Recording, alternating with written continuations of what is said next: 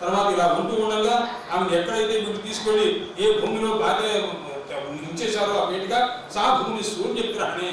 ఒక సూర్యగ్రహణ సమయంలో జనక మహారాజు ఆ భూమిని ఏం చేశారంటే ఒక బ్రాహ్మణుకు ఒక సందర్భంలో ఇచ్చారట. ఆ బ్రాహ్మణుడు ఆ భూమిని తీసుకున్నాడు. అతను ఏం చేశారంటే కొద్దిగా ఏదైనా పంట విత్తనాలు వేస్తే వచ్చింది కదా, ఆ ఖాళీగా ఉంటుంది చేశారు. చేసేసరికి పశ్చిమ ముహూర్తం ప్రియ ప్రత్యర్థం పునః చిరకాలైన చూచారు. ఆ ముహూర్త సమయంలో ఆ పనిని చూసేసరికి ఆశ్చర్యపడ్డారు. వాళ్ళు ఎవరయ్యా చేసింది అన్నారు. రైతులు చేశారట. ఆ రైతులు చేస్తే విషయత్వం ఆదరాత్త హలసిత అగ్రేణ నిర్గత సాకరండిక.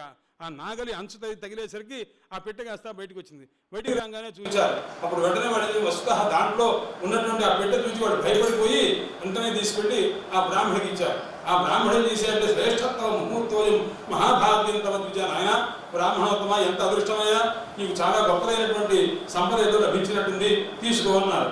అనేసరికి ఆ బ్రాహ్మణుడు ఏం చేశాడంటే భూమి నాకు ఇచ్చాడు కానీ భూమి కింద ఉన్నది నాకే సంబంధం, అది రాజుగారికి ఇస్తాను. జనక మహారాజుకి ఇస్తే అయ్యా నేను భూమి ఇచ్చిన తర్వాత కింద ఏముంది లోపలే ఉంది ఇదంతా నాకు అనవసరం, మీకు ఇచ్చాను కాబట్టి మీరు తీసేసుకోండి అన్నారు. అక్కర్లేదు నాయన, నాకు భూమి మాత్రమే చాలు, ఈ పెట్టి నాకు అవసరం లేదు అన్నాడు ఆయన. వీళ్ళిద్దరు వీళ్ళ పోట్లాడుకుంటున్నారు. నేయం కరండిగా రమ్య ముస్పూర్ణ సమర్పిత భూమి వర్తతే విత్తం తన నృపస్య న సంశయ. భూమి కింద ఏదైతే ఉందో అది రాజుగారిదే, నాదిగా నాకు సంబంధం లేదు అన్నాడు. మా అధర్మ స్పృశతు గృహాణే మాం కరండిగా, నాకు అధర్మము లేకుండుగాక కాబట్టి ఈ కరండిగా ఈ పెట్టెను నువ్వు తీసుకో అని నసిరియవన్ నృపస్య విప్రేణ కలహో భూత్సుదారుణ. ఇద్దరికి బ్రహ్మాండమైన పోట్లాడైంది. తీసుకోబోయా బ్రాహ్మణుడు అంటే నేను తీసుకోని నాకు అవసరం లేదు, నాకు భూమి మాత్రమే, కరెక్ట్గా నాది కాదు అన్నారు. ఇలా ఉంటూ ఉండగా సభాసదులంతా అన్నారు రాజుతోటి, అయ్యా దీని గురించి మాకా అభ్యకరహో రాజన్ పశ్యాస్యాం కిన్ను వర్తతే. అసలు ఏముందో చూడండి, ఆయన డబ్బుంది అనుకుంటావు, నువ్వు డబ్బుంది అనుకుంటావు, ఏమనుకుంటావు, అసలు ఏముందో చూడండి అయ్యా అన్నారు. చూసేసరికి తాము ఉద్ఘాటయామాస దూతయ్యను నృపతి సప్తమ. అందరూ చూస్తుండగా దాన్ని తీసేసరికి అందులో సాక్షాత్తు అమృతస్యాన్ని దృష్ట్యా బాలికాంత విస్మయం పార్థివ. రాజుగారు ఆశ్చర్యపడ్డారు. ఆ దివ్యమైనటువంటి సౌందర్యం కలిగినటువంటి సాక్షాత్తు మహాలక్ష్మి స్వరూపాన్ని చూచారు. ఆ తర్వాత పదవు దానాన్ని విప్రేక్ష. ఆ మహానుభావుడు బ్రాహ్మణుడు ఆ తల్లిని కాస్త నమస్కారం చేసుకుని అయ్యా నీదే, ఈ కరెంటుకి నీదే తీసుకో అని చెప్పి ఆయన వచ్చేశాడు. మాతృంగ ఫలంలో మొట్టమొదటి శ్రీ మహావిష్ణువు ఇచ్చారు పద్మాక్షి మహారాజుకి. ఆ మాతృంగ ఫలంలో నుంచి భేదిస్తే వచ్చింది కాబట్టి ఆమెకి మాతృంగి అని పేరుట మొట్టమొదట. పద్మాక్షి మహారాజు పెట్టుకున్న పేరేమో పద్మ అని పేరుట. ఆమెకే పద్మ అని పేరు, ఆమెకే మాతృంగ ఫలంలో నుంచి వచ్చిన మాతృంగి అని పేరు. అది కాకుండా ఆమె అగ్నిలో ప్రవేశించిందిగా, రాజులందరూ పట్టుకుంటారనే భయం చేత అగ్నిలో ప్రవేశించింది కాబట్టి అగ్నిగర్భ అని కూడా ఆమెకే పేరు. ఆ అగ్నిగర్భగా ఉన్నటువంటి ఆమె బయటకు వచ్చిన తర్వాత రావణాసుడు నీళ్లతో తడిపేసిన తర్వాత రత్నాలతో ఉంది కాబట్టి రత్నావళి అని కూడా ఆమెకే పేరు. రత్నావళి ఉంది. రత్నాంతర నివాసాచ ప్రోచ్యతే ధరణ్యాం. భూమిలో నుంచి వచ్చింది కాబట్టి ఆమె పేరు కూడా ధరణిజ అని కూడా అంటారు. జనక మహారాజు చేత రక్షింపబడింది కాబట్టి ఆమె జానకి అని కూడా అంటారు. నాగలి యొక్క అగ్రభాగం నుంచి ఆవిర్భవించింది కాబట్టి క్షీరాగ్ర నిర్గత తస్మాత్ సీతేతి. క్షీరాగ్రం నుంచి పుట్టింది కాబట్టి క్షీర అగ్రజాత. క్షీర అగ్రజాత మొట్టమొదటి అక్షరం శ్రీ, అగ్రజాత దా చివరి అన్నమాట సీత అన్నమాట. అందువల్ల శతక్రతు శక్ర అట్లా అనమాట. ఆ రకంగా పేరు ఉంటుందన్నమాట. అందుచేత జానకి క్షీరాగ్ర నిర్గతాయస్మాత్ సీతేత్యత్ర ప్రగీయతే పద్మాక్షం నృపతే కన్యా పద్మేతి సా స్మృత ఏవం నామాన్ని అనంతానిగా. ఆ తల్లికి అనంతమైనటువంటి నామాలు ఉన్నాయి ఆయన అని శతానందుల వారు జనక మహారాజు దగ్గర దశరథ మహారాజుకి వాళ్ళకి తెలియాలనే ఉద్దేశంతో విశ్వామిత్రుడు గారితో వారు ఇంకా చెప్పారు. వింటున్నావా పార్వతి అని. పరమేశ్వరుడు కైలాసంలో పార్వతీ వారితో ఏకస్మిన్ అంతరేకత్ర పూర్వం దశరథేన వెంటనే ఆయన కాస్త కబురు చేశారు. ఆ మహానుభావుడు వచ్చారు. నదత్సు ఆది సంఘేషు వచ్చారు. అనేక రూపయామాసు సర్వత్ర మంత్రినో మిథునాం పురి మార్గాంశ చందనయుక్తాశ్చ. అనేక రకములుగా దివ్యమైనటువంటి వైభవంగా ఆ వివాహ మండపం అంతా చేశారు. ఆ సందర్భంలో వివాహం జరిగింది. ఆయన ఎవరెవరు ఇచ్చారని ఆ సమస్తమైనటువంటి దేవతలు గురువు చక్రతు వశిష్ఠుడు గౌతములు ఇద్దరు కూడాను కులగురువులు ఇద్దరు కూడా ఇలా ఉంటూ ఉండగా వాల్మీకి మిగిలిన జ్యేష్ఠులు కృష్ణమానసు ఇటు పక్కన వశిష్ఠుల వారు, అటు పక్కన ఈ మహానుభావుడు ఆ శతానందుల వారు ఇద్దరు కూడా ఇరుపక్కల కూడా గురువులుగా ఉండి వాల్మీకి మహర్షితో కూడుకున్నటువంటి వారే ఉన్నారు. ఆ లగ్నం మన శుభమైనటువంటి లగ్నంలో ఆ వివాహం చేస్తున్నట్ట.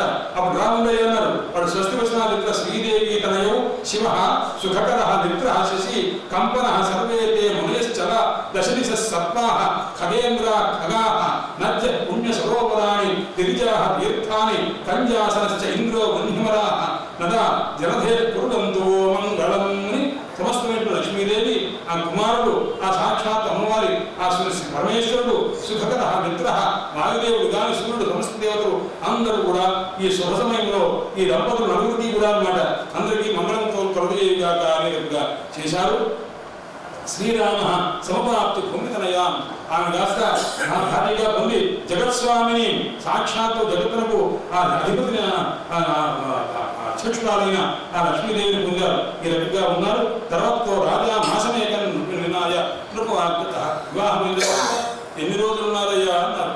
సామాన్యం 1 రోజు 5 రోజులు మహా అయితే 10 రోజులు, కానీ మాసమేకన్ వినాయ జనక మహారాజు ఒక 4 రోజులు ఉండండి కనీసం, వివాహమైన 4 రోజులు ఉండకపోతే ఎలాగా అన్నారు. అలా ఉన్నారు.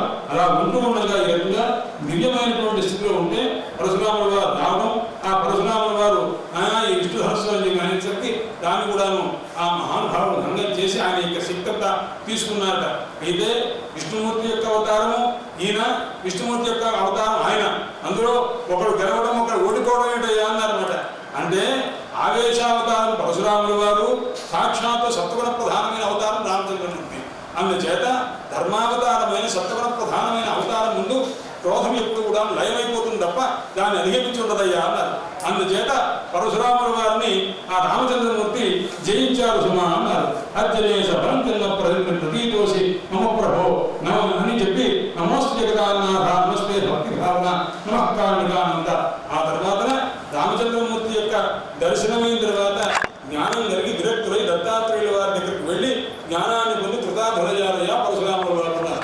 అదేమిటండి దత్తాత్రేయుల వారు కూడా విష్ణుమూర్తి అవతారం కదా, ఇక్కడ ఓడిపోయారు అక్కడికి వెళ్తే ఎందుకు వెళ్ళారయ్యాను, అది జ్ఞానావతారం అండి. ఇదేమో సత్వగుణ ప్రధానమైనటువంటి వీరావతారం. ఇక్కడ రామచంద్రమూర్తి చేతిలో పరాభూతులై అక్కడ దత్తాత్రేయుల వారి చేతిలో జ్ఞానాన్ని పొందినారన్నమాట. ఆ క్రోధాన్ని పోగొట్టుకున్న తర్వాత జ్ఞానం జరిగితే ఆ మోక్షాన్ని పొందే మార్గం వస్తుందన్నమాట. ఆ రకంగా వచ్చింది సుమా అని అన్నారన్నమాట. మన శ్రీకృష్ణో స్థితంసేన జాములకేశ్వరాసుత తత్వచ్చాయం రాఘవక్యన్ నుదరమే సంశయం ప్రభో అని అనేసరికి అప్పుడు చెప్తున్నారన్నమాట. ఆయన రామచంద్రమూర్తి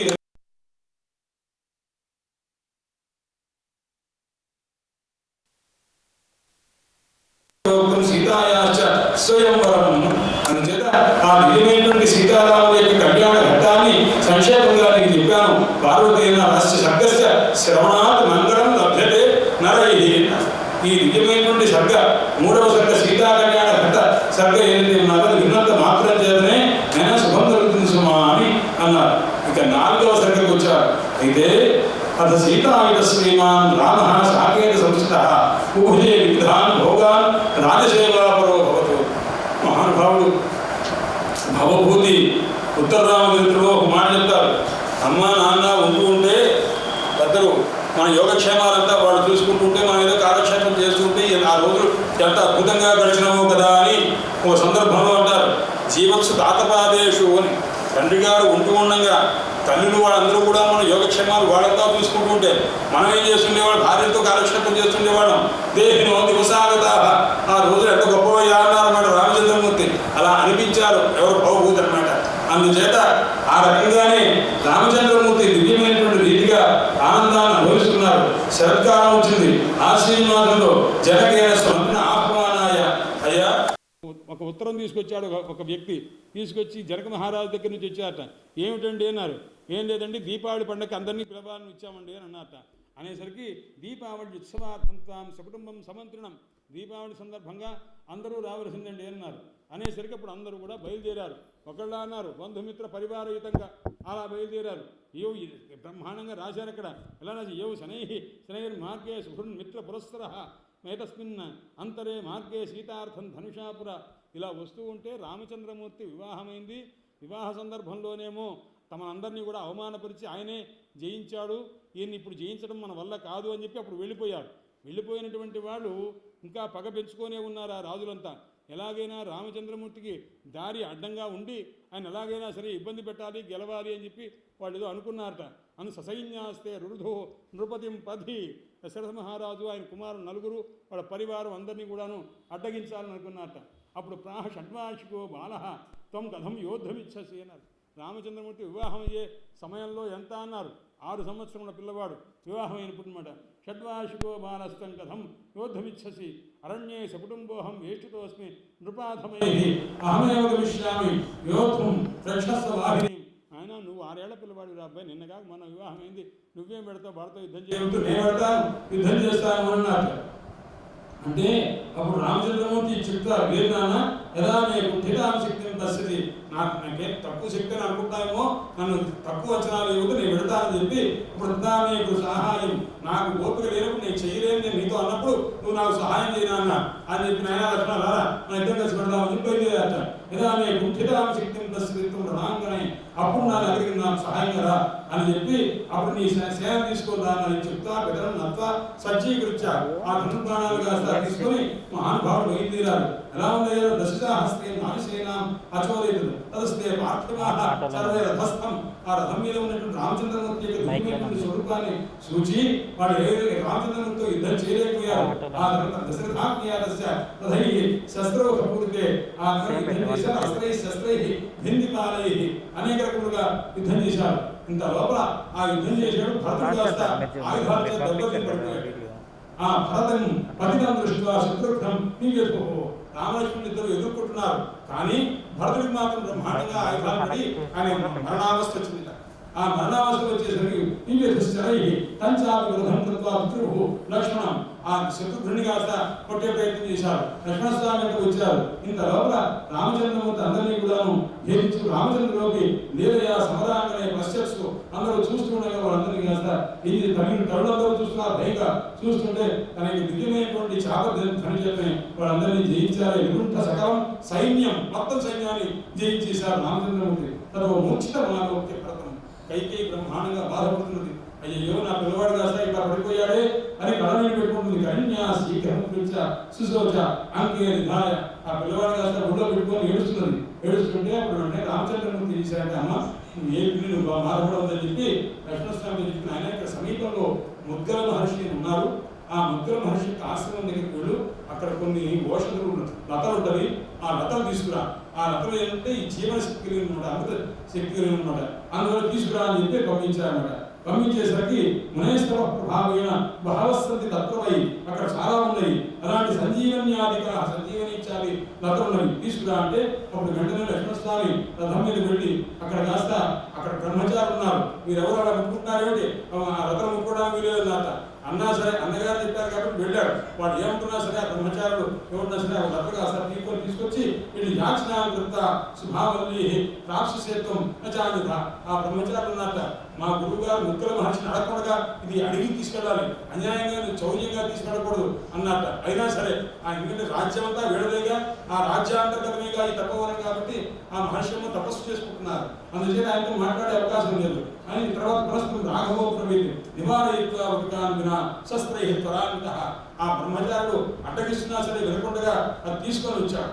ఆ వల్లి మా శంకాంచ మునేహ్కురు సోపి రామాజ్ఞయా భర్త నివారి ఒడుకాంక్షణాత్ తత సముచితం దృష్ట్యా కైకేయి భరత వెంటనే ఆ పసరు ఎప్పుడైతే పిండారో భరతుడు కాస్త లేచాడు. లేచి సుఖంగా ఉండేసరికి అప్పుడు రామచంద్రమూర్తి అంటే ఆ మహాకవికి ఇంకా ప్రేమ కలిగింది. అందుకోసమే రామచంద్రమూర్తికి పట్టాభిషేకం నిర్ణయించారంటే కైకేయి వెంటనే ఆభరణాలు ఇచ్చింది. ఇంత ప్రేమ ఎలా కలిగిందండి అని అంటే కారణం చెప్పాలిగా, ఆ కారణం ఇదనమాట. అందుకోసం తన కుమారుడైనటువంటి భరతుడిని బతికించారనమాట. అలాంటి రామచంద్రమూర్తి మీద అత్యంతమైనటువంటి ప్రేమ కలిగినటువంటి కైకేయి ఉందన్నమాట. తర్వాత ఎప్పుడయ్యాడు మంథర ఉపదేశం వల్ల మా మనసు మారింది. అది ఎందుకు మారింది అయ్యాడు, మంథర దీంతో ప్రవేశపెట్టారనమాట. ఆ శక్తి అంతా విఘ్నశక్తి ఏమిటారనమాట. ఆ విఘ్నశక్తిని ప్రవేశపెట్టారు దేవతలందరూ కలిసి. అందువల్ల ఆయన చెప్పిన మాట ఆయనకు బుర్రకెక్కిందనమాట అని చెప్తారు. కైకేయి విక్రాంత రాఘవంశ స్మారింగి భరతం ప్రశస్తి. ఆ తర్వాత ఇదంతా అయింది.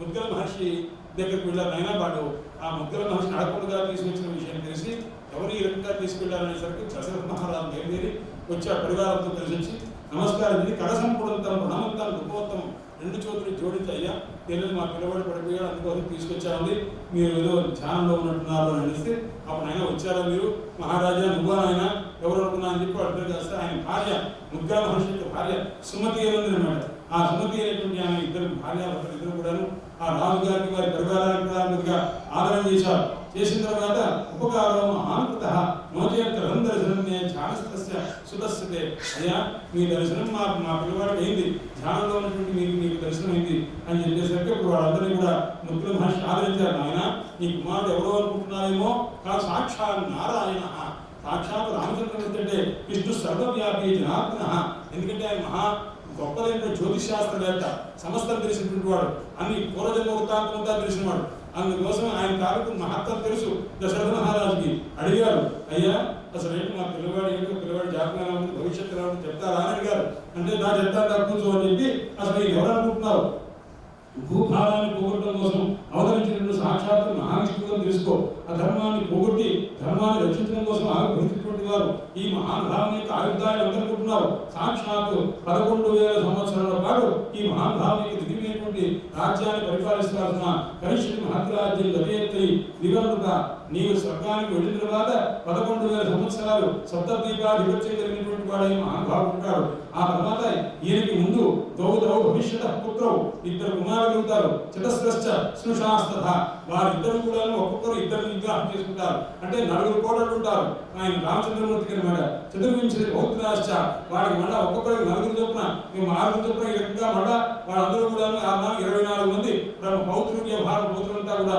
ఉంటారు సుమా అని చెప్పి చతుర్వింశతి పౌత్రాశ్చ పౌత్ర్యస్తు ద్వాదశైవతు అంటే మనవరాళ్ళు 12 మంది ఆ తర్వాత మనవాళ్ళు 24 మంది ఈ రకంగా ఉంటారు అసంఖ్యాత ప్రపౌత్రాచ ముని మనవాళ్ళు అంటారా అసంఖ్యాకంగా ఉంటారు సుమా అని భవిష్యత్తు సుదస్సుడే కీర్తినైలయం బృందాశాపం మోక్తుంది దండకే భవిష్యతి ఆ బృందాదేవి యొక్క శాపాన్ని పోగొట్టుకోవడం కోసం కొంతకాలం దండకారణ్యం ఆ ప్రాంతానికి పెడతారయ్యా ఈ కుమారుడు అన్నారు అంటే బృందాశాపం ఏంటంటే దత్తస్య వచన సృత్వా ముని మనం మహానుభావుడు అడిగాడు అయ్యా బృంద ఎవరు ఆ బృంద ఎవరి యొక్క భార్య ఆమె ఏ శాపం పెట్టింది ఆ శాప వృత్తాంతాన్ని చెప్పవలసింది అని అడిగారు అనేసరికి అప్పుడు చెప్తున్నారు ముద్గల మహర్షి ఆయన పూర్వకాలంలో జలంధరుడు అనేటువంటి ఒక మహాన్ వీరుడున్నాడు అతనితో పరమేశ్వరుడికి యుద్ధం జరిగితే బృందా పతివ్రతాపరాధ రక్షితం ఆ జలంధరుడికి భార్య బృందాదేవి ఆమె గొప్ప పతివ్రత ఆ పతివ్రతని పాతివ్రత్య బలం చేత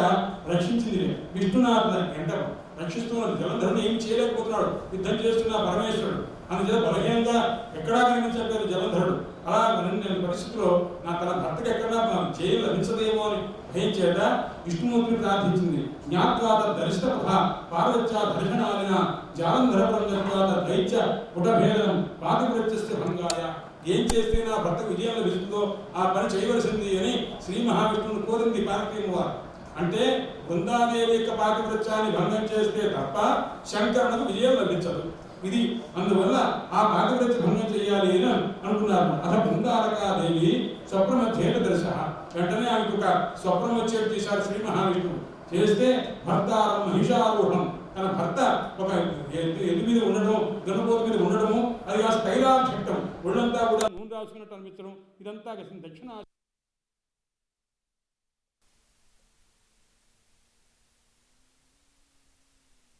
దేవుడు చూసేసరికి దేవుడు స్వప్నం ఇలా ఉంది ఏమిటి అని అనుకుంటూ ఉండగా మన భయపడుతూ ఉండగా ఇద్దరు చిరుకత్తలు తన వెంట పెట్టుకొని బయటకు వచ్చింది బయటకు వచ్చేసరికి అక్కడ ఇద్దరు రాక్షసులు ఉన్నారు ఆ రాక్షసులు ఎలా ఉన్నారో అన్నారు భయంకరమైనటువంటి ధ్వని చేస్తున్నటువంటి వాళ్ళే ఉన్నారు ఆ రాక్షసులను చూచి ఈ బృందాదేవి భయపడిపోయింది పరిగెత్తడానికి ప్రయత్నం చేసింది ఇంతలో దదర్శ తాపసం ఇంతలో పరిగెడుతూ ఉంటే ఒక తపస్సంపూర్ణ మహాభావుడు కనిపించారు ఆయన ఎలా ఉన్నారయ్యా అన్నారు మౌనంగా ఉన్నారు ఆ మహాభావుడి దగ్గరికి వచ్చి నమస్కారం చేసింది స్వామి నన్ను రక్షించండి అన్నది బృందాదేవి అనేసరికి తత్తస్య వచన సుత్తా ధ్యానం ఆయన ధ్యానాన్ని విడిచిపెట్టి ఒకసారి చూచారు ఇద్దరు రాక్షసులను తన్నుకొని వచ్చినటువంటి ఇద్దరు రాక్షసులను చూచారు చూడంగా తిష్టత్వం భారతీయ క్షేత్ర అమ్మాను ఉండు అని చెప్పి ఒక్క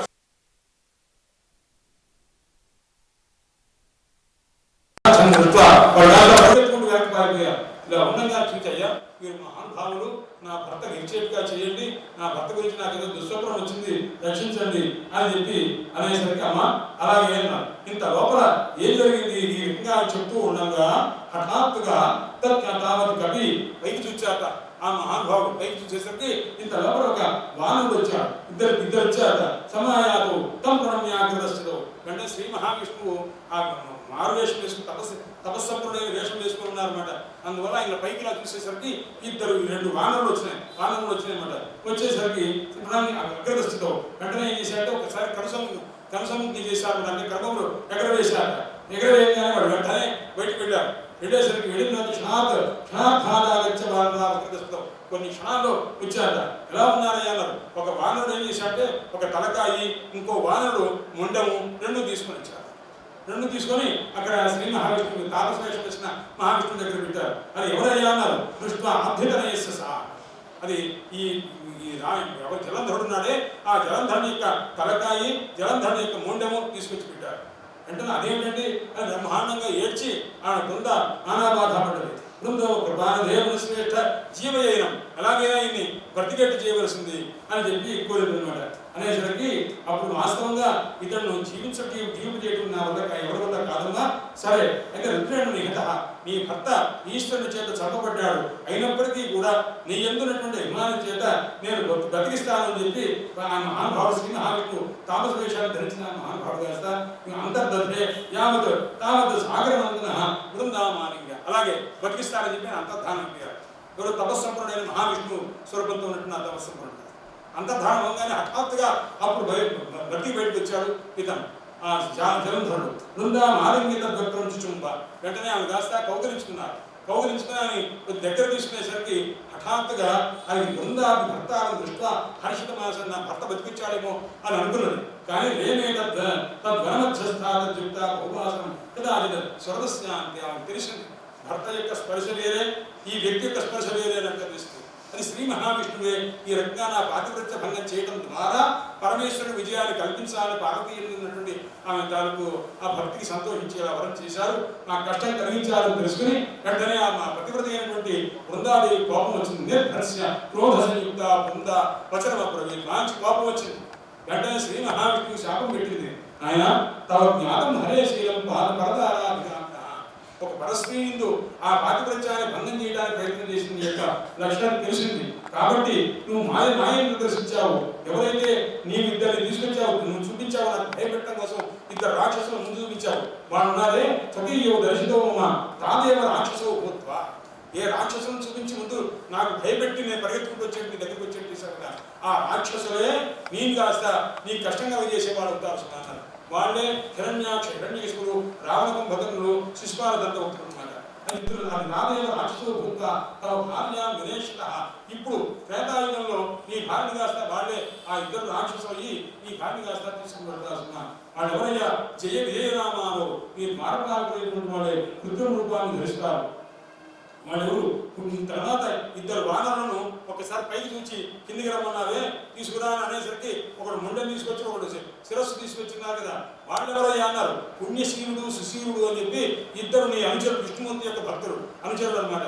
వాళ్ళు ఎవరయ్యా అన్నారు. అంటే ఇద్దరు వానర రూపాలు ధరించినటువంటి వాడు అని చెప్పి కపిరూప ధరావుహో అతస్తే వానరయస్తు సంగతి దండకేవలే, నన్ను వానరులను తీసుకొచ్చి వాళ్ళ ద్వారా నాకు ఎదురైన అత్యంత దుఃఖాన్ని, నా భర్త పోయినటువంటి దుఃఖాన్ని కలగజేశావు. కాబట్టి నీకు స్నేహమంతా కూడా వానరులతోనే ఉండుగాక అని రెండవ శాపం వెళ్ళింది అనమాట.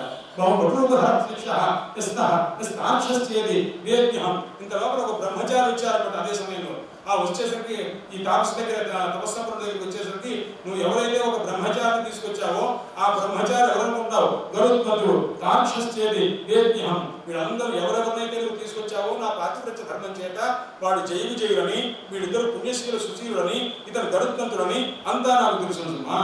ఇచ్చుత్తా సామదా బృందా అవివేశ హుతాసనం, ఇది మాట చెప్పి వెంటనే అగ్నిలో ప్రవేశం చేసింది ఆ మహాదేవి. తతో జలం ధర్మదైత్యోని హతో ఇది శంభున తస్మాత్ రాజన్నిదానీతో కుంభకర్ణ దశార్ణో. నాయన దశరథ మహారాజుకి ముద్గల మహర్షి చెప్తున్నారు ఈ కథంతా కూడా. రామచంద్రమూర్తి భవిష్యత్తులో ఏమవుతుంది, ఎందుకు దండకారణ్యానికి పెడతారు, దండకారణ్యం బృందా శాపాన్ని బట్టి పెడుతున్నారు సుమా. కాబట్టి వాడు ఎవరయ్యా అంటే ఇప్పుడు ఉన్నారు ఆయన దశరథ మహారాజా, నీ కుమారుడు ఎవరిని సంహారం చేయదలుచుకున్నాడంటే రాముడు భక్తులు సంహారం చేయదలుచుకున్నాడు. జాతవు సాగర మధ్యేతో లంకాయాం అధునాస్థితో, లంకలో ఉన్నారు వాడు. నీత్వా జనకజాం బాలాం పంచవక్ష్యాస్తు మాతృవతు. ఇది గుర్తుపెట్టుకోవాలని, బాగా గుర్తుపెట్టుకోవచ్చు అన్నమాట. వాళ్ళు జనకజాం పార్వతీదేవి సాక్షాత్తు జనక మహారాజు కూతురు సీతాదేవిని వాళ్ళు తీసుకెడతారు. ఎలా తీసుకెడతారు? ఆయన మాతృవతు, తల్లిని తీసుకున్నట్టు తీసుకెడతారు తప్ప దుష్టభావం చేతి కాదు ఆయన అన్నారు. అందుకోసమే రామాయణ శిరోమణి అని, రామాయణానికి శిరోమణికి వ్యాఖ్యానం ఉంది. ఆ శిరోమణి రాసినటువంటి మహానుభావుడు శివసహాయుడు అని ఆయన రాశారు. ఆ శివసహాయుడు రాసి భాగవతానికి వంశీధరి, రామాయణానికి శిరోమణి, అద్భుత వ్యాఖ్యానాలు. ఆ శిరోమణి వ్యాఖ్యానంలో చెప్తారన్నమాట, రావణాసుడు సీతామ్మవారిని తీసుకెళ్ళి ఎలా తీసుకెళ్లారయ్యా? పరదారణ అపహరించాలనే ఉద్దేశంతో కాదు. రామచంద్రమూర్తి వనవాసం చేయవచ్చు తప్ప తల్లి, ఆయన నాకు తండ్రి, నువ్వు నాకు తల్లివి, నా తల్లికి సంబంధం లేదుగా, కైకేయి ఏం చెప్పలేదుగా, నీ భార్యతో కలిసి వెళ్ళమని చెప్పలేదుగా, నువ్వెందుకు కష్టపడాలి? కొడుకులాగా నేను ఉంటుండగా నువ్వెందుకు కష్టపడాలమ్మా? నువ్వు నా దగ్గర ఉండు, నా దగ్గర నివసించవలసింది అని చెప్పి భార్యాభవ అన్నాడు అనమాట. ఓ చోట భార్యాభవ అంటే నా భార్యగా ఉండవలసింది అంటే అది ఎంత తప్పు? రావణాసుడు అన్నమాట తప్పు కదా. ఒక భార్య నా భార్యగా ఉండవలసింది అన్న తప్పు కదా. అంటే కాదు, నా చేత పోషింపబడదగిన వాడిని ఇంకా ఉండవలసింది, నేను నీ కుమారుడు లాంటి వాడిని, కాబట్టి నువ్వు తల్లిలాగా నా దగ్గర ఉండవలసింది అన్నమాట. అందుకోసం దానికి ఆధారం ఏంటో చూడండి, బాలాం పంచవక్ష్యాస్తు మాతృవతు, తల్లిలాగా వాడిని తీసుకున్నారన్నమాట. బాలయిత్వాధమాసాం రామబాణాన్ని మనుష్యతి. ఈ రకంగా 6 నెలల పాటు పరిపాలించి చివరికి రామబాణం చేత సరిపోతాడు అందరమాట. అందువల్ల రామోపి వారిని భర్త రామచంద్రమూర్తికి ఇవన్నీ వరుసగా చక్క చెప్తున్నారన్నమాట మహానుభావుడు ముద్ర మహర్షి. ఆనందరామాయణ యొక్క కథా పద్ధతి అంత కథ బాగా చక్కగా చెప్పాలంటే ముందు గ్రహణం ఉండాలి, ధారణాశక్తి ఉండాలి. నా వంటి మందుడు అధికారి కాదు, కానీ ఏదో అదృష్టం ఉందిగా, మీ వల్ల నాకు కలిగిన అదృష్టం చేత ఆ రామోపి వారిని భర్త సుగ్రీవేణ సమన్విత. రామచంద్రమూర్తి కూడా ఏం చేస్తారు? ఈ వానరుల సహాయంతో ఉంటారన్నారుగా, ఇక్కడ ఎవరైనా సుగ్రీవుని సహాయంగా పెట్టుకుని ఉంటారన్నమాట. శిలాభిస్సాగరం తత్వ, ఆ రకంగా సాగరం కాస్త ఏర్పాటు చేస్తారు. ఆ తర్వాత ఇదంతా జరుగుతుంది నాయన. కాబట్టి నీ కుమారుడు అవతారమూర్తి సాక్షాత్ శ్రీమన్నారాయణమూర్తయ్య అని అన్నారు. ఈ చెప్తా ముత్కర సర్వం భావి రామస్య కౌతుక. రామచంద్రమూర్తి యొక్క భవిష్యత్ అంతా కూడా చెప్పేసరికి చరిత్రం వర్ణయామాస, ఇదంతా వర్ణించేసరికి తస్య వచస్కృత్వా పునః జ్యోతిషాలు చెప్తుంటే ఇంకా మళ్ళా వినాలనిపిస్తుంటే ఉంచాడు. అయ్యా నా జాతకం ఏమిటి, నా భార్య ఎవరు, ఈడెవరు, కైకేయి ఎవరు, ఒకసారి నా పూర్వజన్మ వృత్తాంతం చెప్తారన్నారు. చెప్పాను